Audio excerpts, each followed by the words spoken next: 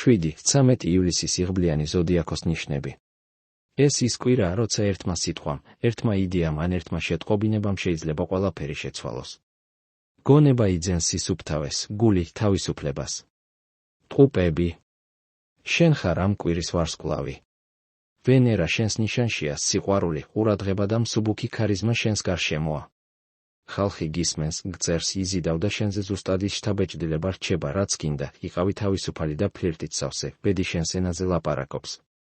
ქალწული. გონების სისუფთავე, გამარჯვების ფორმულა. მერკური გადადის შენს ნიშანში, აზრები ძლიერდება, ყველაფერი ლოგიკურად ეწყობა. ეს კვირა იდეალურია სწორი ნაბიჯებისთვის, იქნება ეს საქმე, სწავლა თუ პირადი პროექტი. როცა სხვები იფანტებიან, შენ ჩერდები და იგებ. მერწყული. მოულოდნელობა იქმნება იღბლად. ტყუპების ენერგია შენს ჰაეროვან ბუნებას აცოცხლებს, იდეები ცვივა, კავშირები ძლიერდება. მოსალოდნელია სიურპრიზი კომუნიკაციაში, შანსი, რომელსაც ვერ გეგმავდი, მაგრამ ზუსტად ახლა მოდის. იყავი ღია აღლისთვის, ბედი გწერს შეტყობინებას.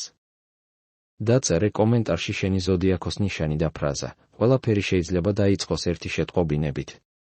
სრული ასტროლოგიური პროგნოზი იხილეთ ჩვენს YouTube არხზე. ლინკი კომენტარებში.